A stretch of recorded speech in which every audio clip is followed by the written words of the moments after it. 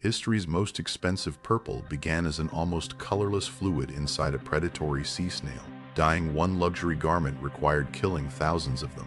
This video explains how Tyrian purple became as valuable as gold, why its production system disappeared, how researchers reconstructed its chemistry without recovering the complete ancient tradition. The color itself was never the lost technology. What vanished was the network surrounding it.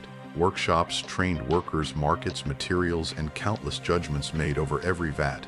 Most ancient shellfish purple came from three Mediterranean species, Hexaplex trunculus, Balinus brandaris, and Stramonida hyemostoma. Each carries a small hybobranchial gland containing the dye's chemical precursors.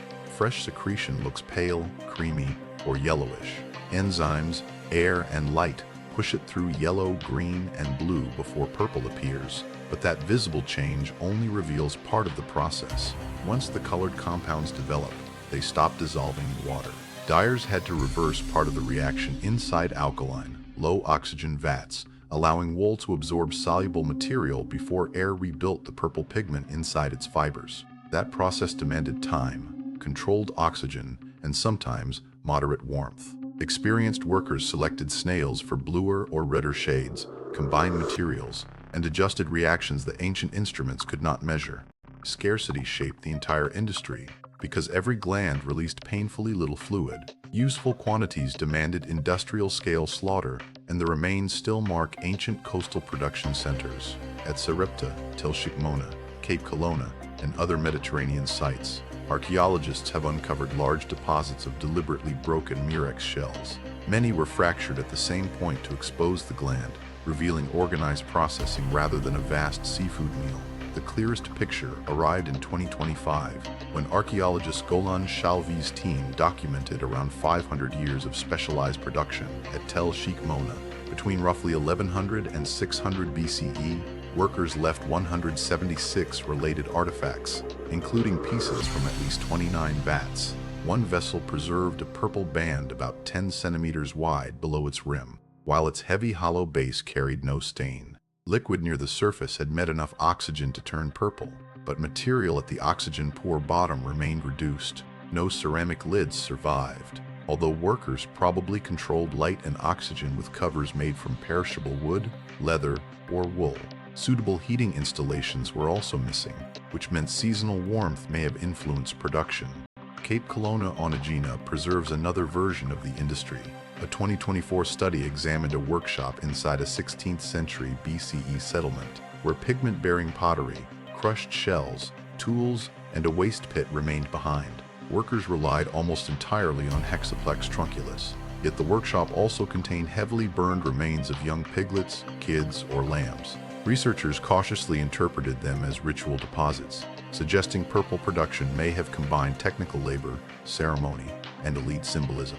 Different workshops changed their species, containers, temperatures, timing, and dyeing sequences. The resulting shades range from crimson and violet to blue, which means the label Tyrian purple hides considerable variety. Finished dye also traveled inland to Slaves Hill, an Iron Age copper smelting camp in the Timna Valley. Despite the name, its occupants included skilled metalworkers who received exceptional food and luxury materials, including tiny pieces of wool and yarn. Nama Sukanik's team examined 3 samples with high-performance liquid chromatography and detected 6 monobromo indigotin alongside 6,6'-dibromo indigotin. Those markers provided unequivocal evidence of murex dye. Published in 2021, the fibers dated to the late 11th and early 10th centuries BCE. They remain the earliest known true purple textiles from the southern Levant. Although older evidence survives in Bronze Age Syria, Timna did not reveal the world's first shellfish color. Its value comes from preserving dyed wool where humid conditions usually destroy textiles, giving researchers a finished product that coastal shell heaps and stained vessels could only imply. Those fibers expose a long supply chain. Coastal workers processed Mediterranean snails, dyers colored the wool, and traders carried it into early Edom's copper economy, far from the habitat of the species involved. That journey also changes the image of Slaves Hill. Its metalworkers were not an isolated labor force, because they joined long-distance exchange networks and possessed materials associated with high status. prestige alone cannot explain the price, since much of the labor and risk sat inside the vat. Workers first converted the water-resistant pigment into a soluble, reduced state called the leucoform using alkaline, low-oxygen conditions. Microbes probably helped consume oxygen and reduce the compounds. Wool absorbed the soluble molecules, and exposure to open air rebuilt the insoluble pigment inside the fibers, revealing the final color. The margin for error stayed narrow. Too much oxygen interrupted reduction, poor temperature or alkalinity left pigment unavailable, and both sunlight and snail selection could alter the shade. Pliny recorded salt, steeping, moderate heating, and a two-stage dyeing process, but he never supplied a laboratory protocol. The decisions that kept the vat healthy remained with the workers standing over it. A reconstructed 100-liter vat can consume roughly 10,000 productive trunculus snails, while dyeing only 1 or 2 complete cloaks. Early in the 20th century, Paul Friedländer reportedly processed about 12,000 Bolinus brandaris snails and recovered roughly 1.4 grams of the principal pigment. Scarcity drove the expense, while political control turned purple into a language of wealth, sacred authority, victory, and rank. Entire garments were unnecessary, since narrow bands or borders could identify an elite wearer with far less dye. During the 4th century BCE, the Opus recorded that purple dye at Colophon sold for its weight in silver.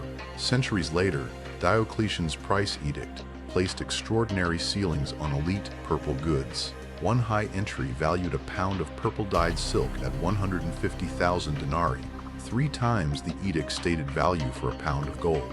That figure described a finished luxury textile, not a universal price for raw dye, but it still places elite purple among antiquity's costliest manufactured materials. Evidence reported in 2026 makes that status unexpectedly personal. Researchers identified Tyrian purple and gold thread inside the gypsum burials of 2 infants from Roman York, dating to the late 3rd or early 4th century CE. Hardened gypsum preserved residues that were not always visible.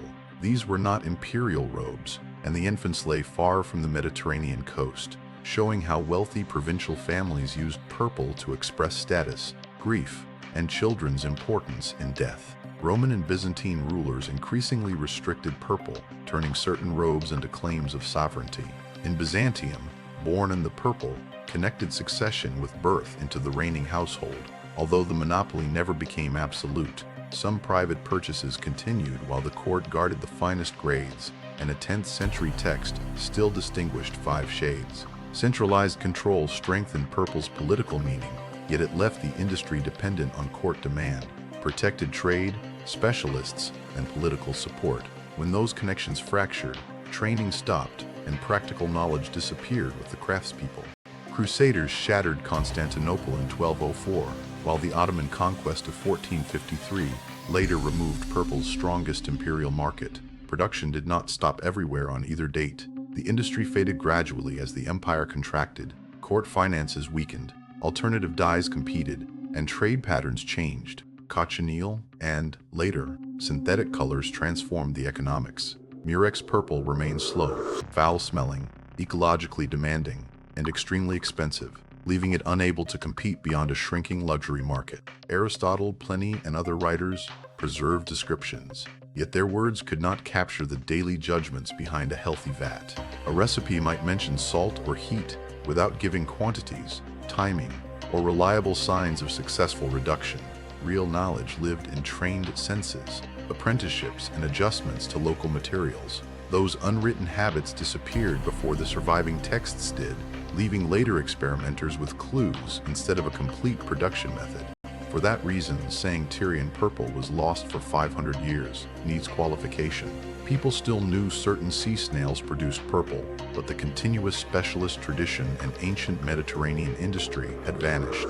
Reconstruction demanded zoology, chemistry, archaeology, and repeated failed vats. Henri de la Caisse-du-Thiers connected living mollusk secretions with ancient purple in 1858, while Paul Friedländer identified 6,6'-dibromo indigo in 1909.